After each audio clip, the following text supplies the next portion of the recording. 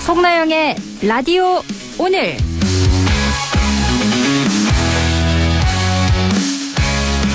여러분 안녕하십니까? 송나영입니다. 윤석열 전 대통령의 범죄에 대한 사법부의 첫 판단이 나왔습니다. 오늘 오후 생중계로 진행된 재판에서 법원은 윤 전 대통령의 체포 방해 등 혐의에 대해 징역 5년을 선고했습니다.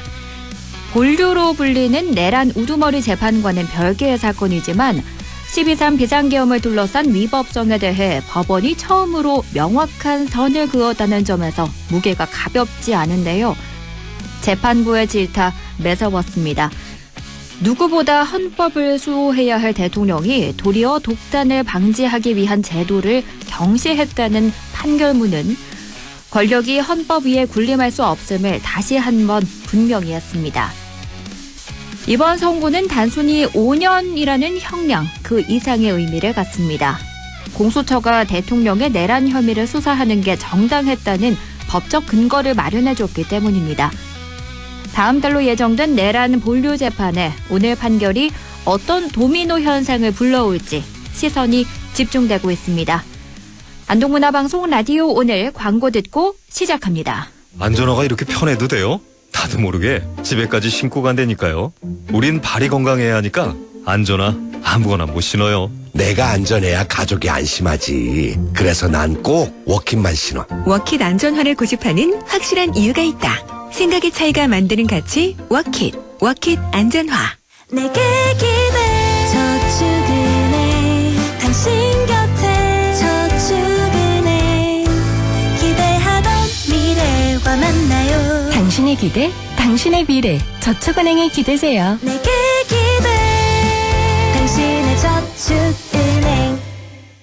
1월 16일 금요일 라디오 오늘입니다. 1부 한 주간의 시사 이슈를 진단해봅니다. 최진봉의 시사 포커스 잠시 후에 만나보고요. 2부에서는 과거 정치사부터 현재 정치 현안까지 지역의 눈으로 바라보는 천용길의 정치 TMI, 천용길 시사평론가와 함께합니다. 라디오 오늘 유튜브로도 다시 들을 수 있거든요. 많은 애청 바랍니다.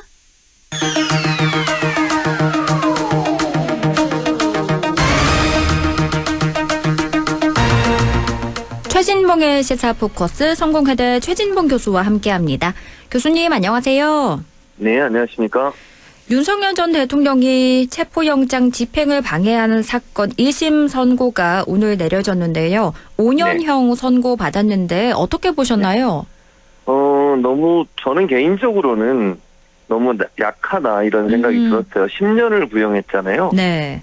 그리고 이제 감경을 했는데 감경을 거의 뭐 반으로 한 거 아니겠습니까? 그렇죠. 10년 구형에 반으로 감경해서 5년을 선고했는데 이 재판부가 앞부분에 쭉 설명하는 걸 들어보면 상당히 엄중하게 본 것 같아요. 사안 네. 자체를.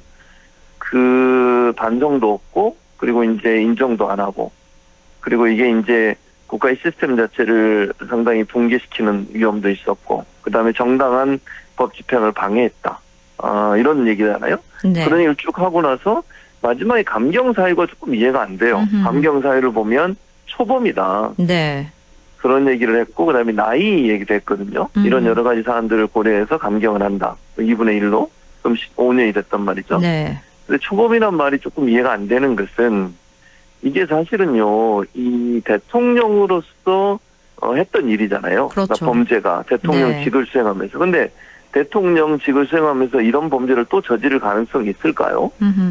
저는 없다고 봅니다. 네. 그러니까 이게 재범이나 삼범을 하려는 건 예를 들면 뭐 사기를 친다거나 아니면 일반인이 남을 뭐 폭행을 한다거나 이런 건 재범할 수 있고 삼범할 수 있지만 이 내란 관련해서 문제가 있어서 체포를 하려고 하는데 그걸 방해하고 공무집행 방해를 하는 행위는 대통령직에 있으면서는 제가 볼 때는 한 번 정도 하는 게 한 번밖에 할 수 없는 건데 초범이니까 그걸 감경을 한다는 게 말이 되는가. 네. 그런 부분이 제일 이해가 좀 안 됐어요, 저는.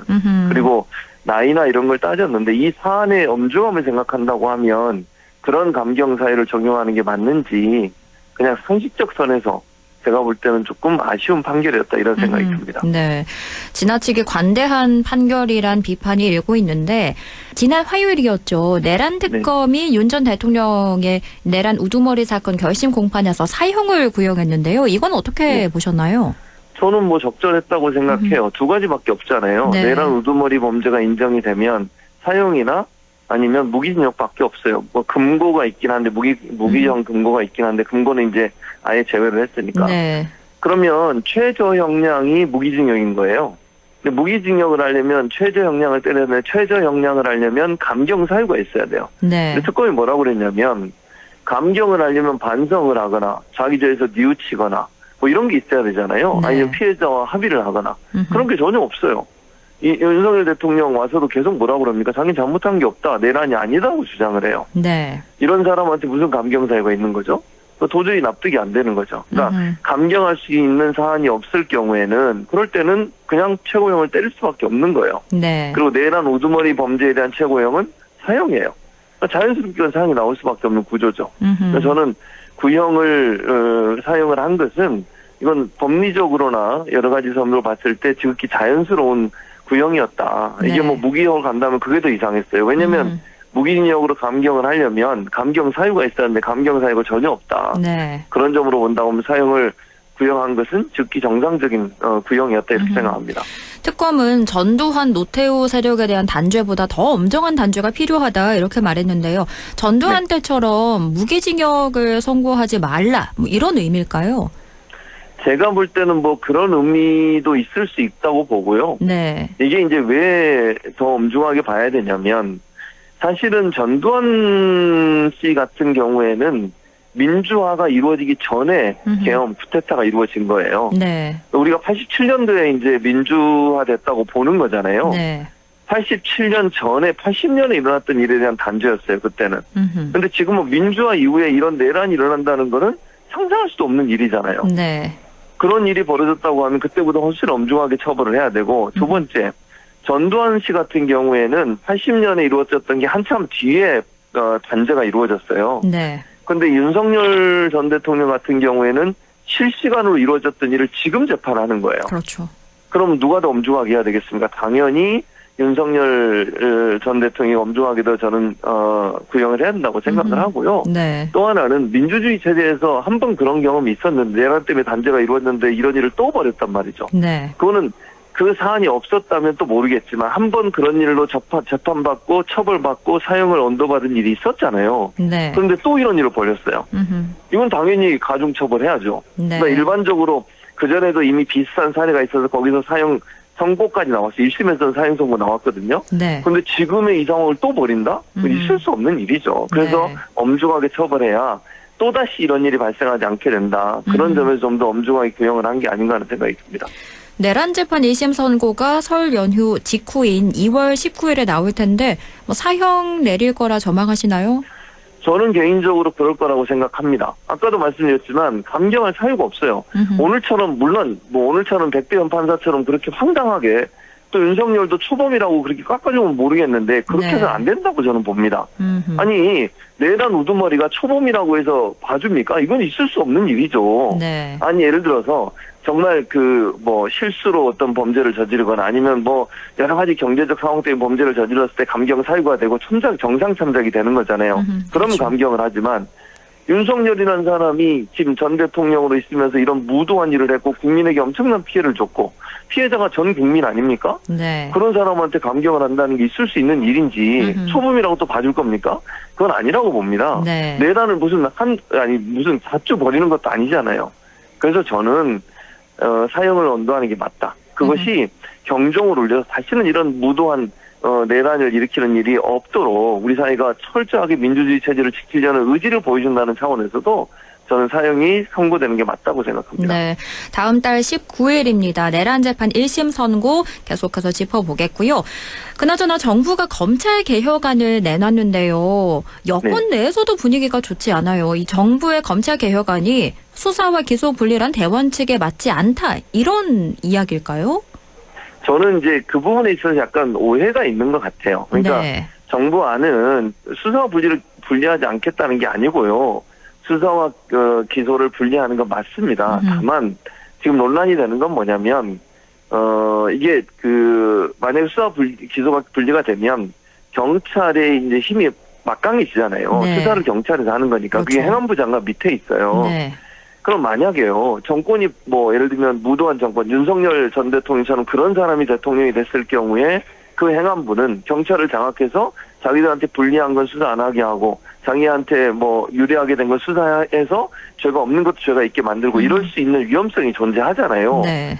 그걸 견제할 수 있는 수단을 만들자는 거예요. 거기서 차이가 나는 거예요. 네. 근데 이 부분까지는 저는 동의한다고 생각해요. 그러니까 지금 정부의 안은 그 방법 중에 하나로 보안 수사권 얘기를 하고 있는 것이고, 네. 이제 민주당이나 아니면 이제 진보 진영에 있는 분들은 보안 수사권을 주면 안 된다고 주장을 하는 거예요, 검찰에. 그렇죠. 네. 그래서 요 문제의 차이인데, 동일하게 생각하는 부분은 견제할 수 있는 어떤 장치가 필요하다. 이건 동일해요. 네. 그러니까 그 장치를 보안 수사권이 아닌 다른 방법으로 만들면 저는 된다고 생각합니다.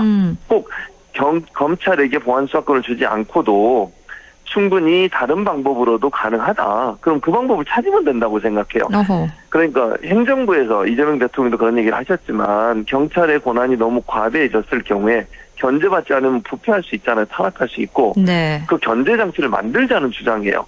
그중에 이제 이번에 정부안으로 나온 게 보안 수사권에 대한 얘기가 나왔었고, 거기에서 반발이 있으면 그러면 보안 수사권의 다른 방법을 통해서 견제는 가능할 수 있으니 네. 그런 부분에 대한 논의를 하자라고 하는 게 지금 충돌의 지점이라는 생각이 듭니다. 사실 민주당이 오는 20일에 검찰개혁안 공청회를 예고하긴 했는데 검찰권 남용은 막아야겠지만 그렇다고 이 국가의 범죄 억제 기능이 위축돼서도 안 된다고 보거든요. 현재 네. 보완점들을 어떻게 해결해 가야 한다고 보시나요? 그 두 가지 지점이에요. 하나는 아까 말씀드린 것처럼 거대해진 경찰 권력, 이 수사 권력을 견제할 수 있는 장치를 어떻게 마련할 거냐. 네. 이게 첫 번째고요. 두 번째는 지금 이제 공소청이라고 얘기하는 공소청이 이제 기소를 담당하는 곳인데 검찰하고 민간인, 검찰 출신하고 민간인들 함께 일을 하는데 거기에 이제 직책을 두 개로 나눴어요. 범죄 수사관인가? 일반 수사관과 그다음에 검찰에서 넘어온 사람들과의 직책을 두 개로 나눠놨는데 네. 지금도 검찰은 보면 검사와 수사관으로 이렇게 나눠져 있잖아요. 그렇죠. 이름만 바꿨지 이게 똑같이 온다라고 하는 게 지금 논란이에요. 근데 지금 사실 정부안은 어떻게 돼 있냐면 이 검사 출신 그다음에 일반 수사관 출신 이 사람들이 직역을 서로 왔다 갔다 할 수 있게 열어놨어요. 근데 이 부분을 이제 왜 이걸 직역을 두 개로 나눠놨냐. 네. 그래서 검사를 존치시키려고 하는 게 아닌가 이런 이제 비판이 있는 거거든요. 그래서 이 부분은 저는 좀 이름을 바꾸는 방법도 있을 수 있을 것이고요. 그다음에 네. 서로 교류가 가능하게 하는 방법들을 통해서라도 일정 부분 조율이 저는 가능할 거라고 생각해요. 그래서 이건 공청회 과정에 이 두 가지 문제를 해결해야 돼요. 그러니까 네. 거대해진 경찰 권력을 견제할 수 있는 어떤 시스템을 만들 거냐. 두 번째는 공소청의 두 가지 직책으로 나눠져 있는 직역을 벽을 허물고 하나로 만들 거냐. 아니면 교류가 가능하게 할 거냐 네. 하는 부분. 이 부분이 이제 가장 중요한 키입니다. 키. 이 두 가지를 아마 논의하지 않을까 이렇게 전망이 됩니다. 네, 이렇게 오는 20일 민주당이 검찰개혁안 공청회를 예고하고 있습니다. 국민의힘으로 넘어가 볼게요. 국민의힘 윤리위가 한동훈 전 대표에 대한 제명 결정을 내렸고 한 전 대표는 기자회견을 내려서 또 다른 계엄 선포다 이런 이야기를 했는데요. 이거 어떻게 들으셨나요? 근데 계엄 선포는 아니죠. 계엄이라고 얘기하는 건 좀 적절하지 않다고 저는 생각하고요. 네. 한동훈 전 대표 입장에서는 이게 이제 억울하다고 생각하는데 이게 우리가 본질을 봐야 돼요. 네. 자, 물론 저는 두 가지 점이 중요한데 장동혁 대표는 한동훈 전 대표를 축출하려고 몰아내려고 하는 것 같아요. 정치적으로. 그건 네. 맞는 얘기예요. 그런데요. 그렇다고 해서 한동훈 대표 주장이 맞냐? 그건 아니에요. 왜냐하면 한동훈 대표가 자꾸 자기를 쫓아내려고 몰아내려고 한다고 주장을 하시는데 제가 얘기했잖아요. 정치적으로는 맞다고 그게 맞는 얘기인데요. 실제로 그럼 한동훈 대표가 했던 행위에 대해서 물론 한동훈 대표는 본인이 했다고는 안 그래요. 그러니까 본인을 빼고 그러면 가족들이 했던 행위는 어떤 거죠? 분명히 문제가 있는 거잖아요. 네. 자기 이름 예를 들면 본인의 이름으로 올려야 되는 걸 아닌 것처럼 올릴 것도 문제가 되고요. 그다음에 익명 게시판이긴 하지만 본인이 직접 글을 써야 되는 거잖아요. 그렇죠. 근데 지금 IP 2개를 가지고 누가 썼는지 모르게 지금 올라왔다는 거 아닙니까? 물론 한동훈 전 대표가 인정한 거는 가족들이 2개의 IP로 글을 올렸다는 걸 인정했어요. 근데 네. 거기 보면 뭐 장인, 장모, 부인, 딸 이렇게 4개의 이름으로 올라왔잖아요. 그렇죠. 이걸 정말 가족들이 본인들이 직접 로그인해서 올린 건지 아니면 누군가가 이걸 뭐 IP를 가지고서 그냥 아이디를 가지고 한 것인지 알 수가 없어요, 지금은. 네. 그래서 이런 부분들에 대해서는 분명히 잘못한 건 인정을 하셔야 돼요. 그러니까 본인이 올리지 않았다는 거, 본인은 그렇게 주장하시잖아요. 그것도 네. 뭐 거기에서는 윤리위에서 확인을 안 했더라고요. 그래서 한동훈이라는 이름으로 올라온 게 한동훈 전 대표 올린 건 아니다. 그건 뭐 인정하고, 그러나 나머지 가족들이 했던 행위는 실제적으로는 문제가 있는 거죠. 그러니까 차명으로 다른 사람 이름으로 누군가가 글을 올렸다면 그건 분명히 문제가 있는 거잖아요. 네. 그런 부분에서 인정을 할 필요가 있겠다. 그런데 그걸 다 싸잡아서 자기를 쫓아내기 위해서 허위 조작된 정보를 가지고 문제를 제기했다 이렇게 얘기해버리시면 조금 이해는 안 돼요. 네. 그래서 저는 이 부분은 물론 아까 제가 전제로 말씀드렸잖아요. 장동혁 대표는 한동훈 전 대표를 쫓아내려고 하는 건 맞는 것 같아요. 정치적으로. 네. 다만 사실관계로 들어가면 한동훈 전 대표의 가족이 했던 여러 행위들은 이건 올바른 행위는 아니라는 거죠. 거기에 대한 사과는 분명히 있어야 되겠죠. 네. 그런데 이후에도 장동혁 대표가 한동훈 전 대표에게 재심의 기회를 주겠다 이런 이야기를 했는데 사실 이 재심이라는 게 본인의 특권으로 주는 게 아니라 당연히 받을 수 있는 기회인 거잖아요. 그렇죠. 네, 장 맞아요. 대표는 왜 이렇게 표현을 했을까요? 왜냐하면 절차상 하자를 없애려고 하는 거예요. 지금 왜냐하면 한동훈 전 대표는 뭐라고 그랬냐면 나는 재심 안 하겠다고 그랬어요. 저도. 네. 그렇게 얘기했잖아요. 근데도 줬어요. 이유는 한동훈 전 대표가 할 수 있는 또 다른 방법은 법적인 절차를 밟는 거예요. 네. 가처분 신청을 하거나. 근데 가처분 신청을 하게 되면요. 정당에서 어떤 결정이 내리는 걸 가지고 가처분 신청하면 법원이 뭘 판단하냐면요. 절차적으로 하자가 있냐 없냐만 판단해요. 내용에 대해서는 판단 안 합니다. 왜냐하면 네. 정치 집단이 어떤 판단하는 걸 뭐 맞다트리다 얘기할 수 없으니까. 네. 그런데 이 절차상의 문제가 있으면 어떻게 돼요? 이 징계가 취소돼 버려요. 그러니까 만약에 재심 제도가 있는데 재심의 기회를 아예 안 주고 그냥 제명을 해버리면 네. 요 문제로 가처분 신청이 가능해지고 그렇게 되면 징계가 취소될 수 있는 위험성이 있는 거예요. 그러니까 장동혁 대표 입장에서는 법적으로 본인이 또 판사 출신이잖아요. 법적으로 절차적 하자를 만들지 않기 위해서 재심이라는 제도를 허용한 거다. 저는 그렇게 봅니다. 이런 가운데 장 대표가 지난 수요일부터 단식에 들어갔는데요. 더불어민주당의 통일교회 정치권 로비 의혹, 공천헌금 의혹 등 이른바 쌍특검법 수용을 촉구하면서 농성에 들어간 건데 어떻게 보면 이 단식으로 국면을 전환하려는 움직임인 걸까요? 그렇죠. 왜냐하면 한동훈 전 대표와의 이제 충돌, 그다음 한동훈 전 대표를 쫓아내려고 하는 것에 대한 반발 이런 부분들을 단식을 통해서 이제 넘어가 보려고 하는 것 같아요. 근데 너무 이게 저는 기본적으로 주장 자체가 조금 힘을 얻기 어렵다. 네. 단식의 이유로 된 게 무슨 말이냐면 통일교 특검 하자고 그랬어요. 네. 민주당이 반대하는 게 아니에요. 그렇죠. 민주당도 하자 그랬잖아요. 네. 근데 국민의힘에서 이걸 합의를 안 하는 이유가 신천지를 집어넣지 말자는 거예요. 이 논리가 국민들이 볼 때 아니 신천지를 왜 빼자는 거지? 아니 종교와 정치가 이 정치에 종교가 정치의 영역에 들어오면 안 된다는 거잖아요. 헌법적으로 보면 종교 분리가 돼야 되는데 통일교는 하되 왜 신천지를 빼는 거예요? 뭐 신천지 하면 문제가 있어서 빼는 겁니까? 국민은 왜 신천지를 집어넣는 걸 그렇게 반대하는 겁니까 대체? 아니 이게 논리적으로 맞아요? 국민들이 볼 때는 이상하잖아요. 네. 아니 통일교는 하자면서 왜 신천지를 빼는 거예요? 그렇죠. 이해가 안 되잖아요. 그러니까 이런 이유를 가지고서 단식을 한다? 국민들이 이걸 과연 잘한다. 야당이니까 저렇게 해야지 이렇게 생각하겠냐는 거예요. 제 생각에는 네. 국민들이 볼 때도 좀 어이없다 이런 생각이 들지 않을까 하는 그런 생각이 듭니다. 저는. 그런데 장 대표가 이 단식 농성에 들어갔으니까 그만두려면 그만한 명분이 있을 때 그만둘 텐데 언제 그렇죠. 그만두게 될까요? 근데 이게 이제 시작을 하는 거는 쉬운데요. 네. 나오는 게 더 힘들어요. 사실은. 그러니까 말씀하신 것처럼 명분이 있어야 되거든요. 그만두는 명분이. 네. 근데 저는 이제 언제까지 할지 알 수가 없어요. 왜냐면 명분을 이제 본인이 찾아야겠죠. 예를 들면 네. 그만두려면 아니면 끝까지 가든지. 근데 민주당 입장에서 그럼 장동혁 대표가 이거 단식하니까 그럼 신천지 빼고 통일교만 합시다 이렇게 갈 가능성은 저는 없다고 봐요. 그렇죠. 개인적으로. 네. 그렇다고 하면 이제 합의를 해서 만약에 통과시키면 이제 그땐 그만두겠죠. 그래서 그거는 이제 뭐 제가 어떻게 예측하기 어려운 상황이고요. 네. 다만 저는 국민적 관점에서 본다면 통일교든 신천지는 다 기존교단에서 이단 사이비로 다 지적하고 그렇게 한 종교단체 아닙니까? 그 네. 종교단체들이 정치에 영향을 미쳤다고 하는 것도 홍준표 전 대표가 얘기했잖아요. 전 시장이 네. 신천지가 개입을 했다라고. 그러면 그 조사하는 게 맞습니다. 음흠. 이걸 가지고 무슨 떼쓰듯이 단식을 한다고 해서 그냥 넘어갈 수 있는 문제는 아니라고 보고요. 네. 장재우 대표가 지금의 상황에서 본인의 정치적 입지 강화를 위해서 이렇게 하는 것 같은데 빨리 중단하는 게 맞지 않나 그렇게 생각합니다. 그럼 마지막으로 2차 종합특검법 이야기를 해볼게요. 국회를 통과했는데요. 내란과 김건희, 최혜병 등 3대 특검의 미진한 부분과 새로운 의혹을 수사하기 위함인데 이 필요성 어떻게 보십니까?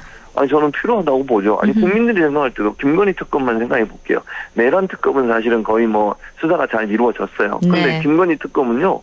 양평 고속도로 문제 하나도 못했죠. 그렇죠. 그다음에 그 선거법 관련해서 명태균 씨건 이것도 제대로 수사 못했어요. 네. 내관 매직 사건 수사 제대로 못했잖아요. 왜냐면 시간이 부족해서 못한 거예요. 그러니까 이게 시간이 부족해서 특검이 제대로 수사를 못해서 국가수사본부 넘어간 건 아닙니까? 네. 그러면 이건 특검에서 다시 받아서 그럼 수사를 계속 진행을 해야죠. 그게 뭐가 잘못됐죠 대체? 아니 그 전에 무슨 김건희 씨 관련해서 나온 게 없으면 모를까. 그 특검이 수사하는 과정에서 인지해서 나온 게 너무 많잖아요. 원래 생각했던 것보다 훨씬 많아졌어요, 내용이. 네. 근데 그걸 수사를 못했어요. 그럼 계속 해야죠. 근데 이런 부분들에도 수사를 하겠다는데 이걸 못하게 한다? 저는 그게 좀 이해가 안 돼요. 뭔가 좀 더 풀려고 하는 게 아닌가 생각이 들 정도예요. 국민의힘은 네. 왜 이러는 거죠, 대체? 아니, 국민적 의혹이 있고 김건희 씨가 했던 여러 가지 행동들을 봤을 때 더 많은 문제가 있는 게 명확해 보이는데 수사가 이 경찰이나 국가수사본부 넘어가면 수사도 좀 늦어지고 제대로 수사할지 의문도 들고 이러니까 중립적인 기관인 특검에서 하는 게 맞죠. 그래서 저는 종합특검이 필요한 상황이라고 생각하고 국민적 공감도 저는 높다고 생각해요. 네. 종합특검하는 부분에 대해서. 그래서 이게 국민의힘이 자꾸 이걸 정치적 수단으로 활용하려고 하시는데 그러지 말고 저는 적극적으로 수사해서 김건희, 윤석열 두 사람에 대한 이 단죄가 반드시 이루어져야 된다. 네. 그러지 않고서는 나라가 바로 설 수 없다고 생각합니다. 이렇게 한 주간의 굵직한 시사 이슈들 나눠봤습니다. 오늘 말씀 잘 들었습니다. 고맙습니다. 예, 감사합니다. 지금까지 성공회대 최진봉 교수와 함께했고요. 잠시 후 2부에서 뵙겠습니다.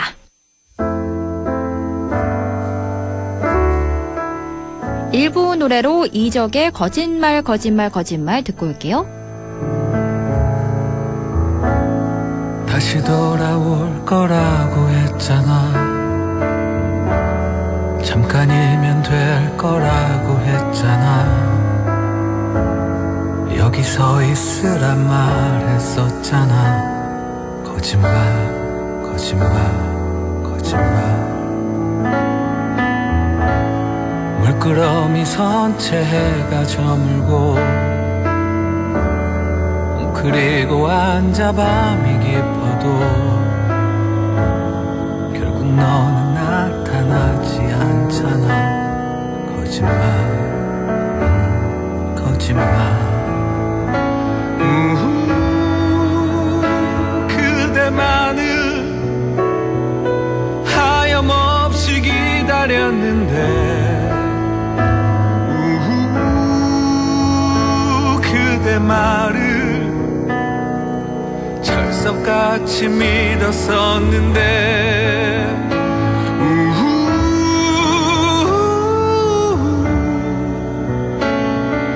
찬바람에 길은 얼어붙고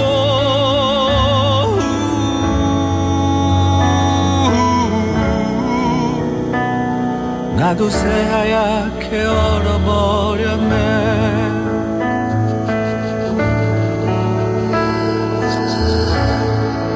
잘못이 없다고 했잖아. 나는 좋은 사람이라 했잖아. 상처까지 안아준다 했잖아. 거짓말 거짓말. 다시 나는 홀로 남겨진 거고 모든 추억들은 버리는 거고 역시 나는 자격이 없는 거지. 거짓말.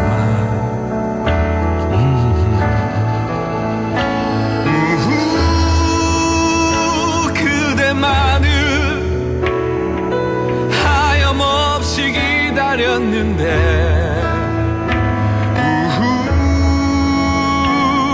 그대 말을 철석같이 믿었었는데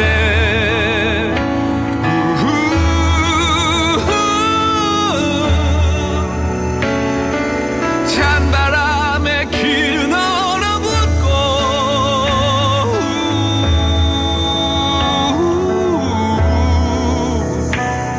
나도 새하얗게 얼어버렸네.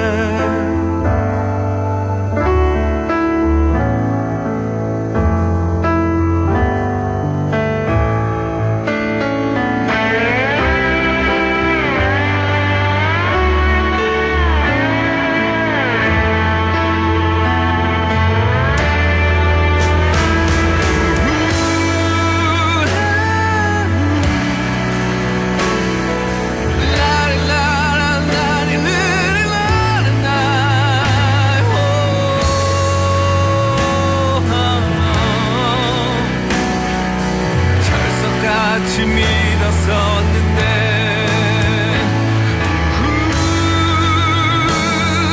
나라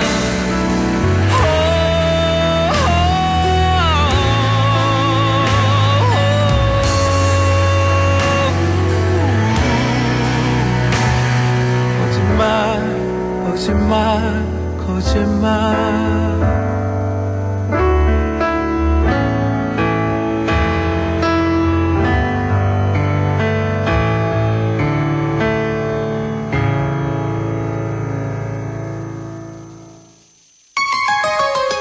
MBC 라디오 지역과 함께 성장해갈 인재를 키웁니다. 지역교육 혁신을 주도하는 안동과학대학교. 새로운 도전을 위한 성인학습자 평생 직업교육. 해외 우수인재 지역정착을 위한 명품 교육과정 혁신. 대학이 지역의 미래다. 혁신을 주도하는 안동과학대학교. 아, 땡긴다 땡겨.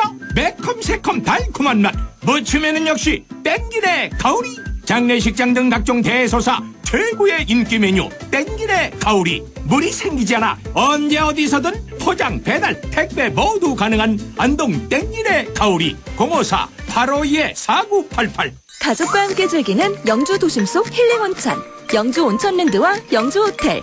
하루의 피로를 내려놓고 쉬어가기 좋은 공간에서 온천, 사우나와 숙박을 함께 이용하실 수 있습니다. 숙박, 피트니스, 키즈카페, 찜질방까지 모든 것을 한 번에 즐기는 영주 온천 관광호텔, 영주 온천랜드. 한순간에 일어나는 금융사기 예방과 대처법 알려드립니다. 첫 번째, 매일 문자 메시지에 있는 확인되지 않은 링크는 클릭하지 마세요. 개인정보 유출의 통로가 될 수 있습니다. 두 번째, 주민등록번호, 통장 비밀번호 등 개인정보를 전달하지 마세요. 대한민국의 공공기관에서는 전화나 문자 메시지로 개인정보를 요구하지 않습니다. 세 번째, 금융사기 피해가 의심된다면 112에 신고하고 해당 은행 고객센터에 전화하세요. 해당 계좌의 지급정지를 요청할 수 있습니다. 네 번째, 금융사기 피해 금액에 대해서는 해당 은행을 방문하여 피싱사기 피해금 환급을 신청하세요. 다섯 번째, 은행의 보안 서비스를 적극 활용해주세요.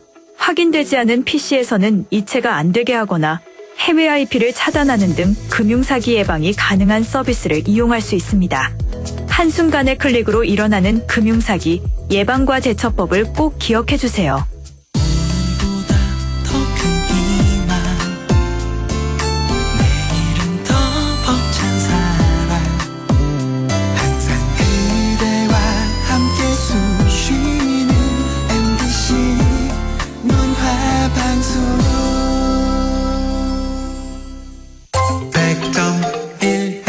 라디오.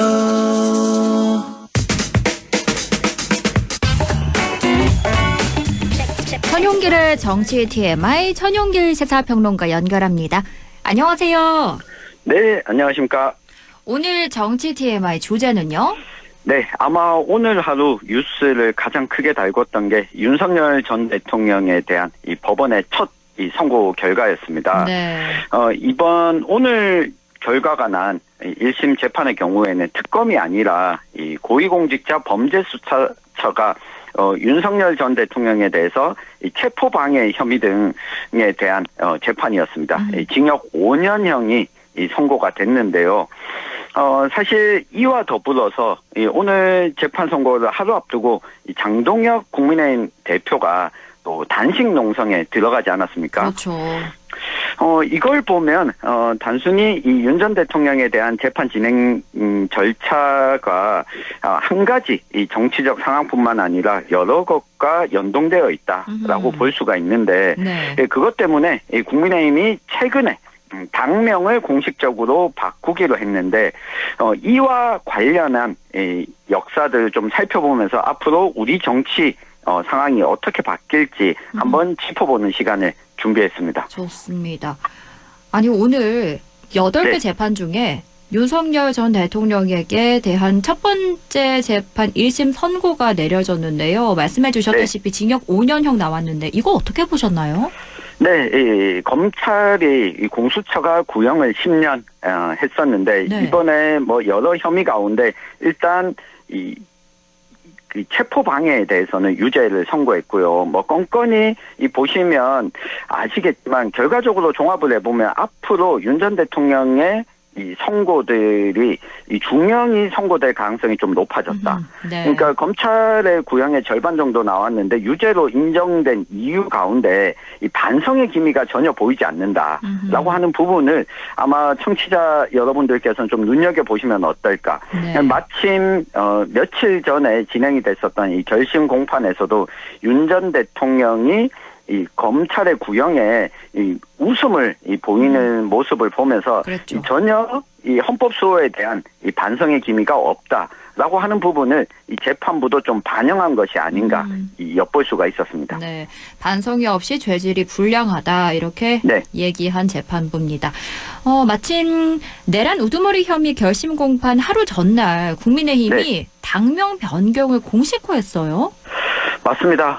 오늘 또 윤 전 대통령에 대한 8개 재판 가운데 첫 번째 선고를 하루 앞두고 이 장동혁 국민의힘 당대표가 이 단식 농성에 들어갔습니다. 그랬죠. 요것과 이 비슷한 상황인데요. 네. 윤 전 대통령에 대해서 이슈가 쏠리거나 그리고 이 국민의힘 지도부가 어떤 입장을 내놓길 바라는 상황에서 다른 이슈로 좀 이 이슈를 피해가겠다라고 볼 수가 있겠습니다. 네. 결심 공판 하루 전날 결심 공판에서 사형이 구형되지 않았습니까? 그렇죠.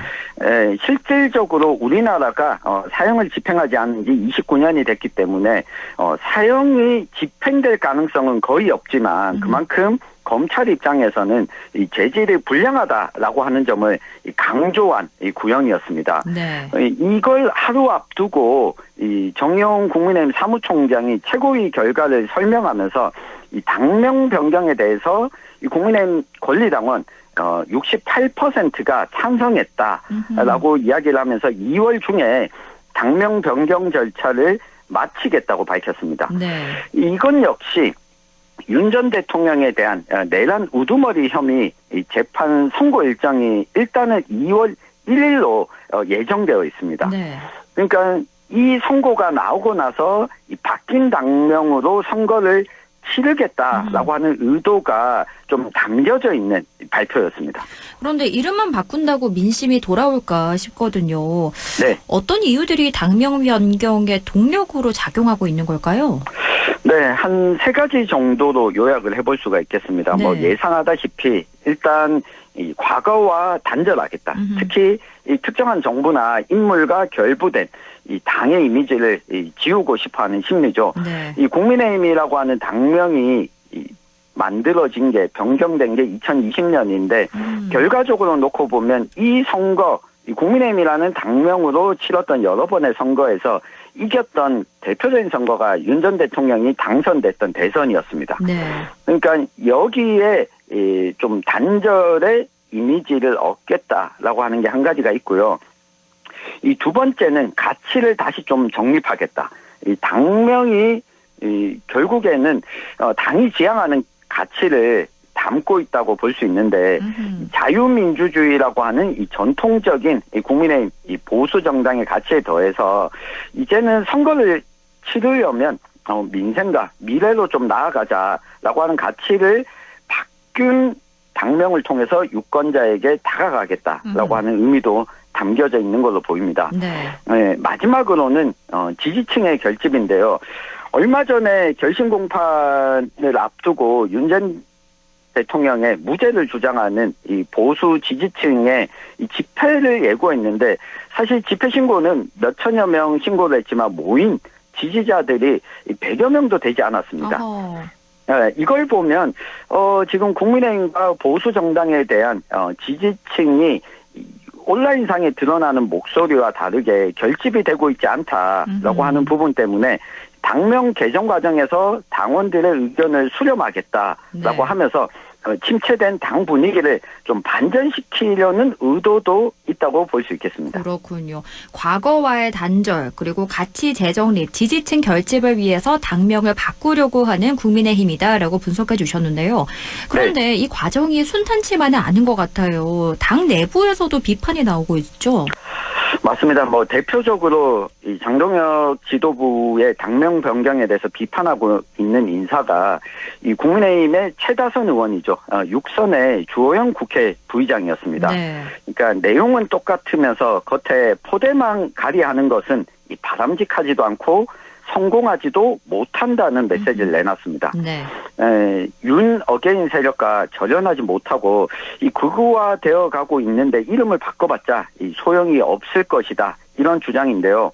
이 선거를 앞두고 형식만 바꾸면 결과적으로 국민들이 인식하지 못한다라고 하는 게 이 당 지도부의 비판적인 국민의힘 의원들의 대체적인 생각으로 이 보도가 되고 있습니다. 당연히 여당에서도 더불어민주당에서도 간판 교체만으로 이 과거를 지울 수 없다라고 하는 좀 비판적인 입장을 내놓고 있어서 이게 당 내외부를 막론하고 지금 현재 국민의힘 지도부의 당명 변경에 대해서 좀 부정적인 의견을 내놓고 있는 상황입니다. 그리고 이름만 바꾼다고 다가 아니라 부차적으로 따라오는 해결해야 되는 일들이 있을 텐데 비용 문제 또 실효성 이런 지적도 나오고 있는 거죠? 그렇습니다. 이게 당명을 바꾸게 되면 전국에 있는 지구당 그러니까 이 국회의원 사무실 그리고 시도당 간판을 바꿔야 되고요. 당원들에게는 당원증도 재발급해줘야 됩니다. 여기에다가 홍보물도 다시 만들어야 됩니다. 그러니까 보통 당명을 한번 바꾸면 한 수십억 정도, 한 4,50억 정도 예산이 소요되는 것으로 추정이 됩니다. 네. 그러니까 야당 입장에서는 적지 않은 부담인 거죠. 이 때문에 당 사무처에서도 이 돈으로 민생에 대한 정책을 하나라도 더 만드는 게 낫지 않겠냐. 이런 비판도 나오고 있고요. 이 명칭 변경이 실질적인 지지율 상승으로 이어지지 않을 경우에 돈만 쓰고 효과는 없었다. 이런 비판도 예상이 되고 특히나 지방선거에서 만약 패배하게 된다면 또 당명을 바꿔야 하지 않느냐. 네. 이런 심리도 깔려있다 보니 이름을 바꾸자고 결정은 했지만 당 내부적으로도 그렇게 동력이 강한 상황은 아니라는 겁니다. 그렇군요. 그럼에도 당명을 바꾸기로 결정을 했다는 건 긍정적인 효과에 대한 전례가 있었기 때문 아닌가요? 맞습니다. 역대 지금 민주화 이후에 87년 이후에 이 국민의힘의 계보를 따라가 보면 당명 변경의 역사가 매우 깊습니다. 네. 정의당부터 시작을 하는데 네. 이 민주화를 거치면서 이 어부질이 3대 구도 속에서 정권 재창출에 성공을 했고 그 다음에 지지율이 떨어지자 90년에 소위 3당 합당이라고 하죠. 김영삼 전 대통령의 통일민주당계와 이 김종필의 신민주공화당과 통합하면서 이 당명을 민주자유당으로 바꾸게 됩니다. 네. 이걸 바꾸면서 소위 신군부 이미지를 좀 떨쳐버리고 92년 대선에서 김영삼 대통령이 당선되면서 정권 재창출에 성공했던 과거가 있었습니다. 네. 그러다가 다시 민자당이 노태우 전 대통령이 구속된 다음에 부정적인 분위기가 좀 높아지자 96년에 신한국당으로 당명을 바꿨습니다. 그런데 당명을 바꾸고도 이 총선에서 이 과반 달성에 실패하면서 당명 변경 1년 9개월 만인 97년 11월에 다시 한나라당으로 당명을 바꿨습니다. 네.